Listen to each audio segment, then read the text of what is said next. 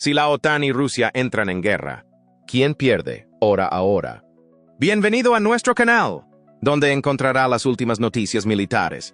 Una guerra entre Rusia y la OTAN puede parecer improbable, ya que la OTAN, con sus 32 estados miembros, entre ellos Estados Unidos, Canadá, el Reino Unido y la mayor parte de Europa, supera a Rusia militar y tecnológicamente. Pero la historia demuestra que incluso lo aparentemente imposible puede suceder. Pensemos en el escenario que estuvo a punto de hacerse realidad en los años 80. Cuando los servicios de inteligencia rusos confundieron un ejercicio de la OTAN con la preparación de un ataque real, lo que les llevó a lanzar un ataque preventivo. O imagina a Rusia invadiendo a un miembro más pequeño de la OTAN, poniendo a prueba la unidad de la alianza y obligando a Kyiv a responder. No se trata de hipótesis descabelladas, sino de escenarios que reflejan las tensiones latentes y las frágiles relaciones entre Rusia y la OTAN. A pesar de un breve periodo de cooperación tras el final de la Guerra Fría, las relaciones se han deteriorado hasta el punto de que muchos creen que nos encontramos en una nueva Guerra Fría. Acompáñenos a explorar este hipotético conflicto y ver cómo las tensiones actuales podrían desembocar en una guerra total, y lo delgada que es la línea que separa la paz del conflicto. División fronteriza entre Rusia y los países de la OTAN. La implicación y el liderazgo de Estados Unidos son fundamentales. Sin ella, ¿quién sabe lo que podría ocurrir? Hora cero. Después de años de planificación, los generales de Putin dan el visto bueno. Quieren una división mucho mayor entre las fronteras de Rusia y los países de la OTAN. ¿Su objetivo? Lituania y los países bálticos. Tomar Lituania separa a Letonia y Estonia de Europa, dejándolas preparadas y listas para un mayor avance ruso. Pero no se trata solo de una extensión territorial.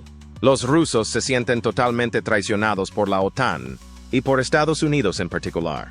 Cuando la Unión Soviética se derrumbó, los responsables de la OTAN habían indicado, aunque no de forma jurídicamente vinculante, que la OTAN evitaría una mayor expansión hacia el este, asegurándose de que la nueva Rusia no se sintiera vulnerable. Pero la OTAN había incumplido esa promesa, y Rusia estaba, y sigue estando, profundamente enfadada.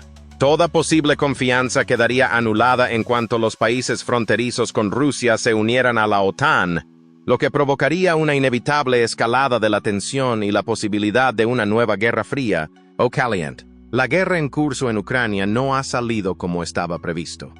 A principios mediados de 2024, las Fuerzas Armadas rusas han recibido una paliza, y solo quedan unos 750 tanques en servicio operativo, y eso incluye unas cuantas antigüedades. Le quedan unos 200 bombarderos, cazas y aviones de ataque. Pero nunca hay que subestimar a Rusia. Su infantería es aún mayor que en 2022, al comienzo de la guerra de Ucrania.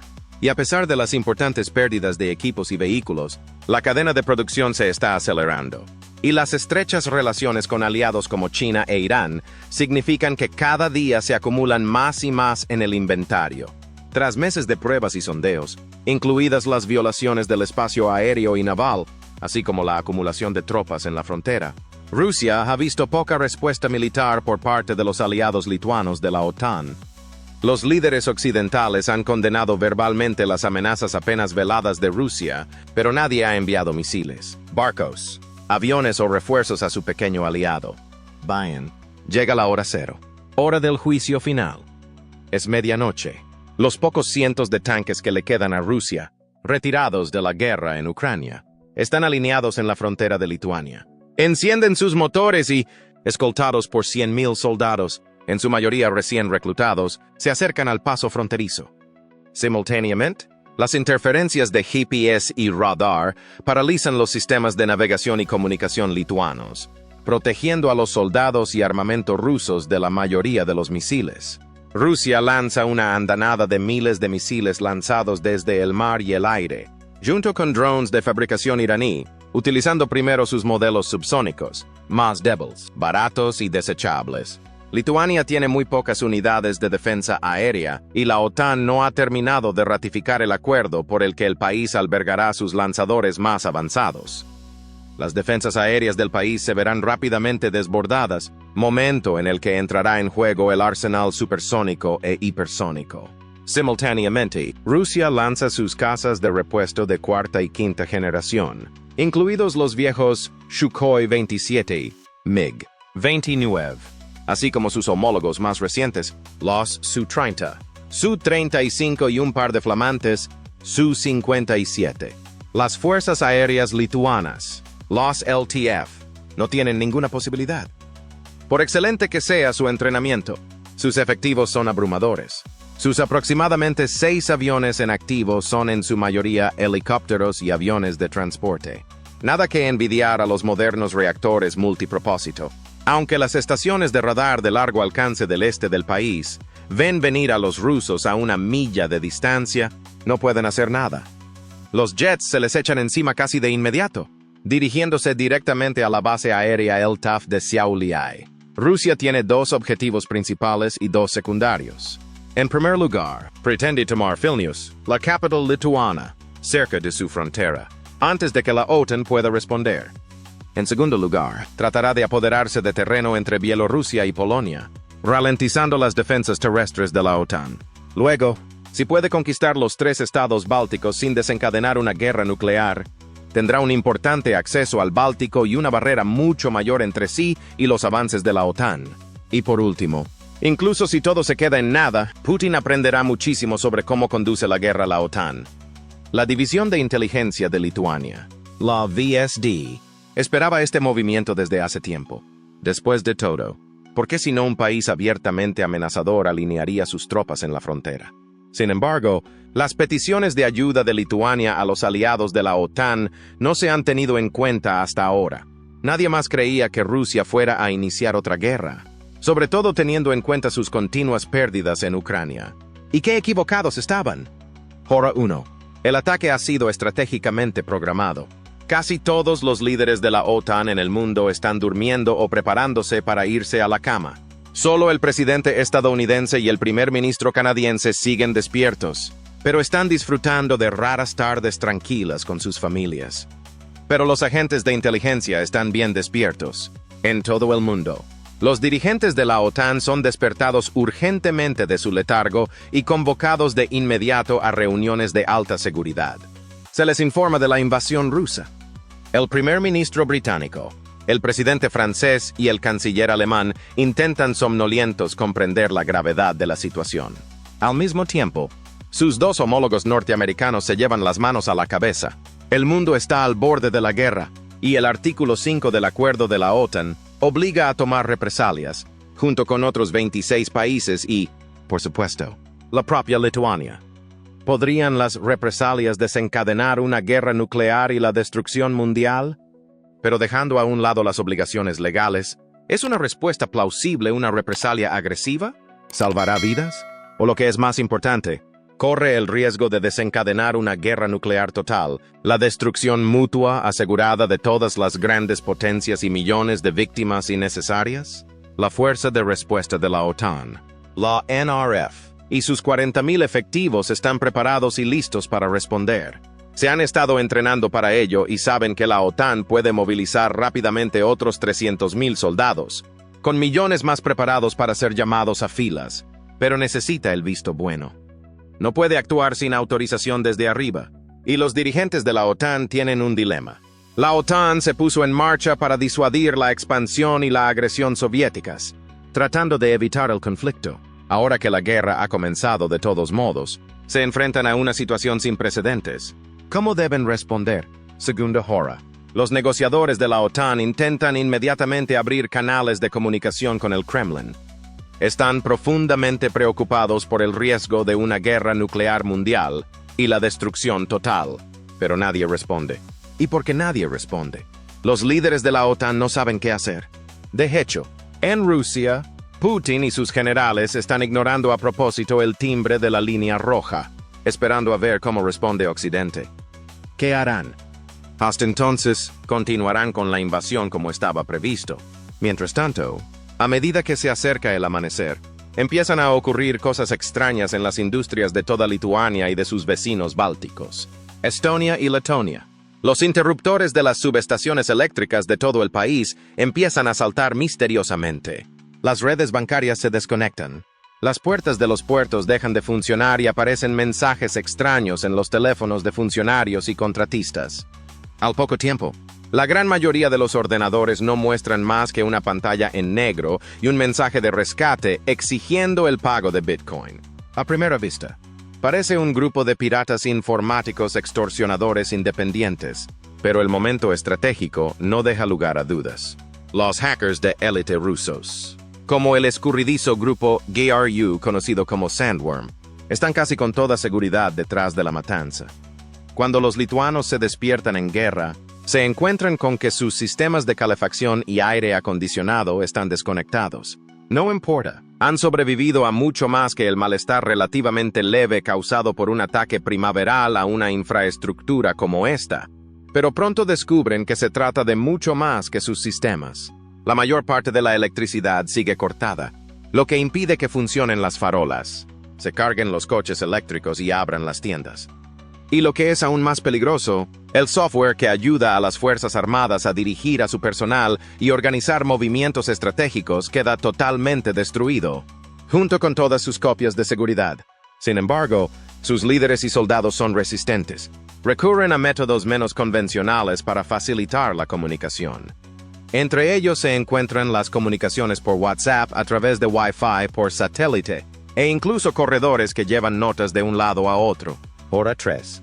Las fuerzas lituanas siguen haciendo frente a la embestida rusa, pero es muy poco lo que pueden hacer sin el apoyo de la OTAN.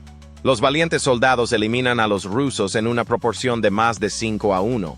Aún así, la implacable oleada de humanos y maquinaria sigue llegando. Al final, los sacrificados defensores se ven obligados a retroceder o corren el riesgo de verse desbordados y aniquilados. ¿Dónde están sus aliados? ¿Dónde está la OTAN? La OTAN está deliberando. Los líderes europeos ya están despiertos y empiezan a planear contramedidas. En Norteamérica, a pesar de la inminente noche, el presidente Biden y el primer ministro Trudeau toman cafés cargados y siguen trabajando. Esta es la situación general. Gran Bretaña y Francia, dos de las potencias europeas más fuertes, tienen sus propias armas nucleares. Otros países, como Alemania, Italia y Bélgica, tienen armas nucleares estadounidenses estacionadas dentro de sus fronteras. Todos están preparados y listos para dispararlas si es necesario. Pero hacerlo tendría consecuencias catastróficas. A pesar de las significativas pérdidas de personal y equipos de Rusia en Ucrania y ahora en Lituania, sigue manteniendo el mayor arsenal de armas nucleares del mundo, con 5.580 cabezas nucleares en 2024. De ellas, 1.710 están desplegadas y listas para ser lanzadas en un misil o cargadas en un bombardero en cualquier momento. La otra superpotencia nuclear del mundo, Estados Unidos, tenía 708 en 2023, con 1.419 desplegadas. Por el contrario, las demás potencias nucleares del mundo poseen un número relativamente escaso. De nuevo en 2023, China tenía 410. El Reino Unido, 225. Francia, 290. Pakistán, 170. India, 164. Israel, 90 y Corea del Norte, unas 30. Aunque estas cifras puedan parecer insignificantes, sobre todo si se tiene en cuenta que la mayoría no están desplegadas activamente. Hay que tener en cuenta que las armas nucleares modernas suelen ser entre 50 y 100 veces más potentes que las lanzadas sobre Japón al final de la Segunda Guerra Mundial. Si una sola alcanza su objetivo, el daño sería insondable, demasiado grande para que el cerebro humano pueda siquiera comprenderlo. Por eso la OTAN está considerando cuidadosamente su próximo movimiento. Rusia es impredecible en estos momentos, tanteando el terreno y viendo lo que puede hacer. Está buscando pelea, pero no tiene ganas de morir. Los líderes de la OTAN, y sobre todo Estados Unidos, deben elegir su jugada con cuidado. Las discusiones son tensas y se alargan, mientras los soldados lituanos son empujados cada vez más atrás, con fuerzas terrestres entrando en las afueras de Vilnius. Las trágicas muertes aumentan. Hora 4. Los expertos de la OTAN han estado trabajando en el ciberataque ruso, aislando y aplicando ingeniería inversa al malware. Quien quiera que esté detrás es un genio. El código destructivo ha sido una bomba de relojería. aislando puntos débiles desconocidos en los sistemas operativos Windows y utilizándolos para propagarse por las redes locales. En la fecha preestablecida para la invasión, que debe haber estado en la mente de los planificadores militares rusos durante meses, el código malicioso se ejecutó, borrando todos los datos a su paso. Aunque los países bálticos no son los únicos afectados, el grueso de los daños operativos se concentra en estas zonas. Con la ayuda de la OTAN, los lituanos volvieron a poner en línea algunos sistemas eléctricos. Fue una desventaja temporal, pero extremadamente costosa. A medida que las fuerzas lituanas retroceden, sus sistemas de comunicación vuelven a estar operativos. Esto, combinado con la actitud de no rendirse nunca de sus fuerzas armadas, hizo que la batalla se volviera hacia tácticas de guerrilla. Esto empieza a tener un efecto devastador en la moral de las tropas rusas, que ven cómo sus camaradas mueren en grandes cantidades a su alrededor, al igual que los ucranianos. Los lituanos utilizaron su conocimiento del terreno y su fuerza mental para frenar el avance ruso, resultando especialmente eficaces contra los viejos y engorrosos tanques. Mientras tanto, relativamente a salvo en sus cómodos lugares de reunión por toda Europa y Norteamérica, Estados Unidos decide por fin qué hacer. Sus países miembros están de acuerdo y se ponen manos a la obra con determinación. La OTAN reforzará Lituania, Estonia y Letonia con tropas, tanks, aviones, barcos, submarinos, misiles y sistemas de defensa antimisiles. El abrumador número y la calidad de las unidades y tropas individuales deberían resultar más que un rival para Rusia. Sin embargo, la OTAN asigna a Estados Unidos la tarea de ponerse en contacto con los rusos, explicándoles en términos claros que las armas nucleares no están sobre la mesa. Al menos, todavía no. Con sus fuerzas ya reunidas y preparadas, la OTAN envía suministros, armamento y tropas de las fuerzas de respuesta a los países bálticos. Los países comienzan a movilizar sus ejércitos permanentes y a llamar a voluntarios para que se alisten. Las armadas europeas, especialmente Gran Bretaña y Francia, ya no son lo que eran. Deben esperar los refuerzos de los italianos, mientras la flota norteamericana, mucho más extensa, emprende el viaje para unirse a ellos. ¿Llegará la OTAN a tiempo a los lituanos? Mientras tanto, el portaaviones USS Ronald Reagan, la última iteración de los buques de propulsión nuclear de la clase Nimitz con sus FA-18 Super Hornets y E-2 Hawkeyes, ya se encuentra en la zona, a pesar de formar parte habitualmente del Carrier Strike Group 5, que opera en el Indo-Pacífico. La OTAN puede responder con rapidez. Sin embargo, queda una duda. ¿Llegarán a tiempo a los lituanos? Segundo día. La lucha continúa durante todo el día antes de que la noche traiga un breve respiro para la mayoría. Las operaciones de las Fuerzas Especiales de Lituania. La OTAN y Rusia siguen penetrando a través de las líneas en ambas direcciones, lanzando devastadores ataques sorpresa y asesinatos, pero las líneas de batalla, a las afueras de Vilna, se mantienen relativamente estables. Las cosas pintan bien para Lituania. A pesar de la feroz resistencia, las fuerzas rusas siguen avanzando. Aunque la alianza de la OTAN está en camino, poco puede hacer para mantener a raya la embestida. Sus líderes consultan qué hacer. Saben que cada segundo que continúe la lucha morirán más hombres y mujeres. Pero con barcos, aviones y vehículos llegando a toda velocidad para reforzarles, solo tienen que aguantar un poco más. Se toma la decisión de que el sacrificio de los valientes soldados del país merece la pena. Si Rusia toma la capital, es posible que nunca vuelvan a ver la independencia. Al segundo día, la mayoría de las compañías eléctricas están de nuevo en línea, sus sistemas restaurados a partir de oscuras copias de seguridad. Todavía hay algunos fallos y zonas en las que los administradores luchan por recuperar las industrias de la destrucción cibernética, pero aún así, las cosas parecen mucho más positivas que el día anterior. Los edificios de Vilnius están siendo arrasados y las muertes de civiles aumentan.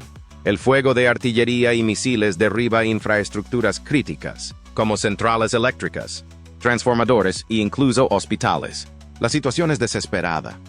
No hay apoyo ni desde tierra ni desde el aire. La pequeña LTAF ha sido destruida incluso antes de salir del asfalto.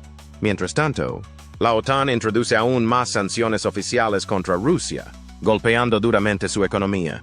Sin el vital comercio, Rusia nota los primeros signos de lucha.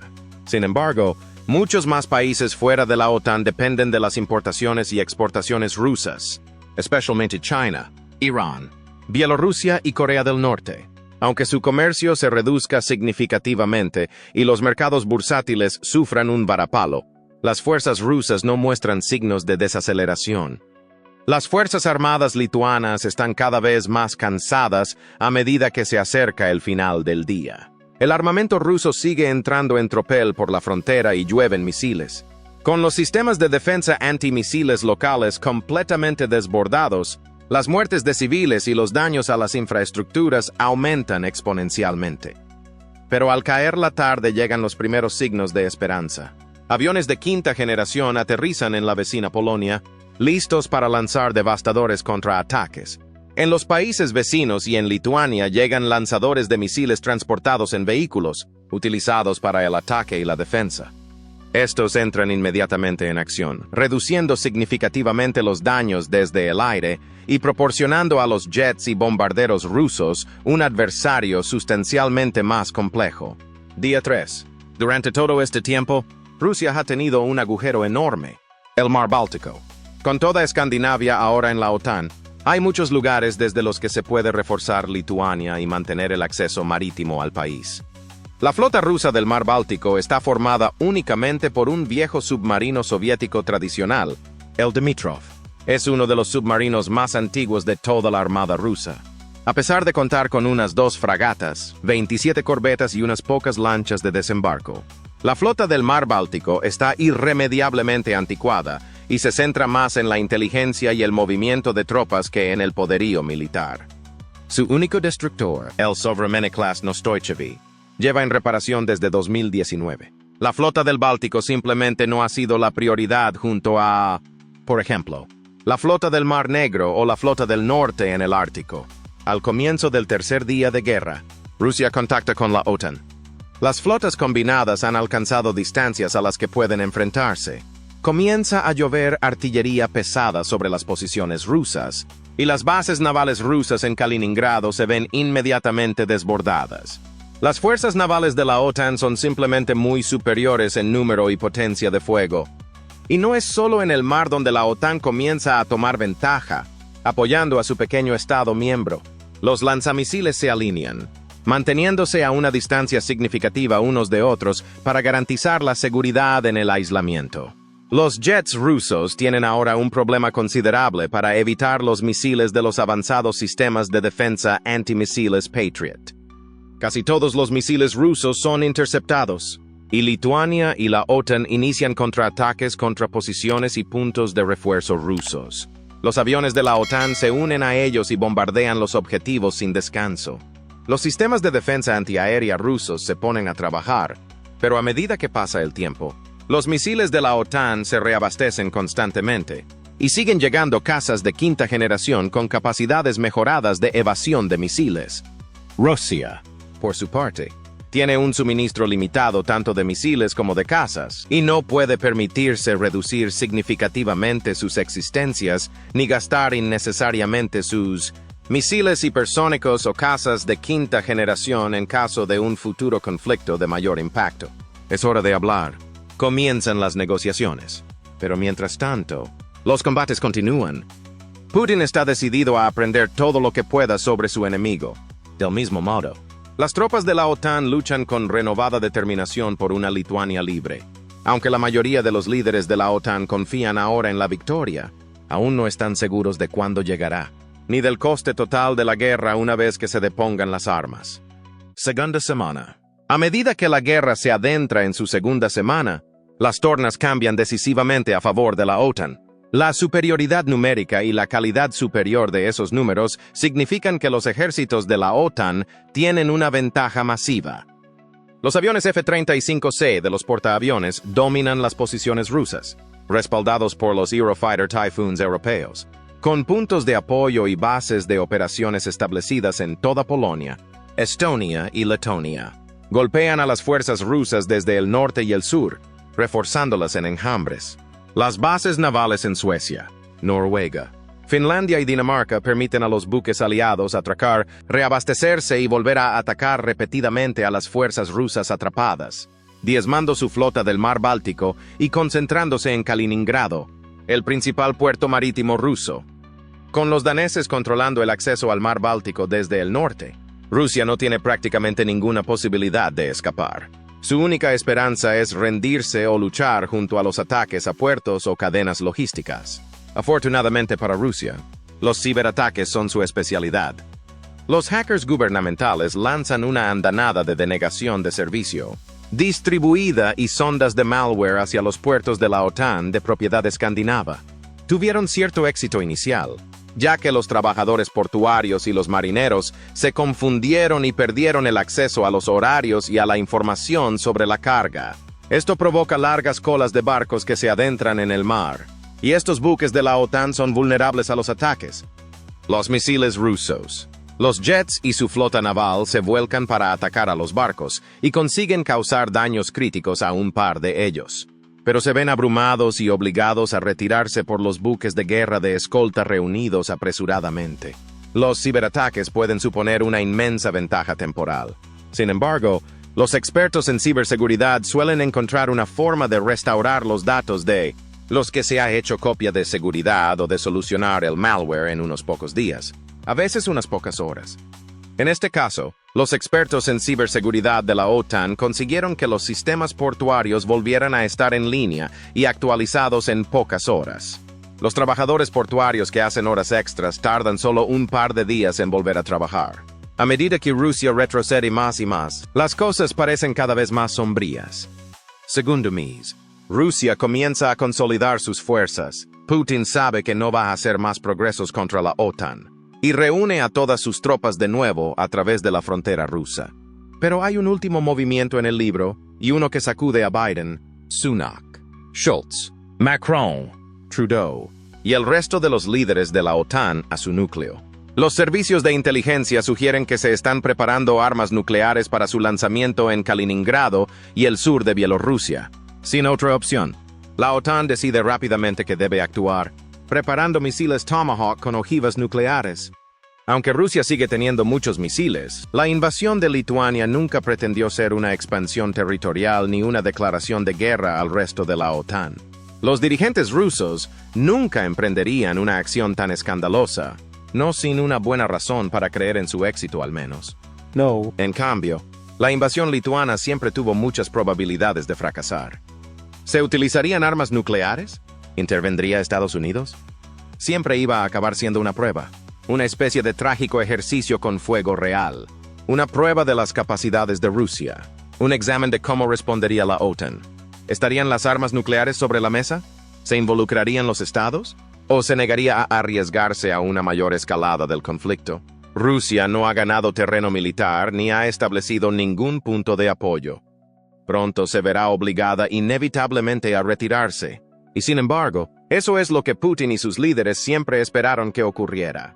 Están fascinados por cómo se han desarrollado los acontecimientos. Los países de la OTAN se mostraron mucho más dispuestos a reforzar Lituania de lo que muchos en el gabinete de guerra habían imaginado.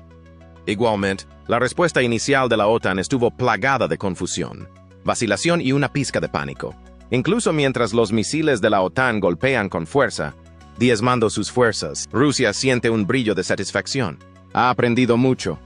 No tardó mucho en alcanzarse el acuerdo de rendición y paz, en el que Rusia promete no volver a invadir y pagar los daños sufridos por Lituania y las fuerzas de la OTAN. Putin y su gobierno sonríen. Han perdido la batalla, decididamente. A medida que se asienta el polvo de este intenso conflicto, la verdadera batalla no ha hecho más que empezar. Una batalla que no se libra con misiles o aviones, sino con las lecciones aprendidas por ambos bandos. Puede que la OTAN haya ganado la batalla, pero las implicaciones estratégicas de las maniobras rusas resonarán durante años.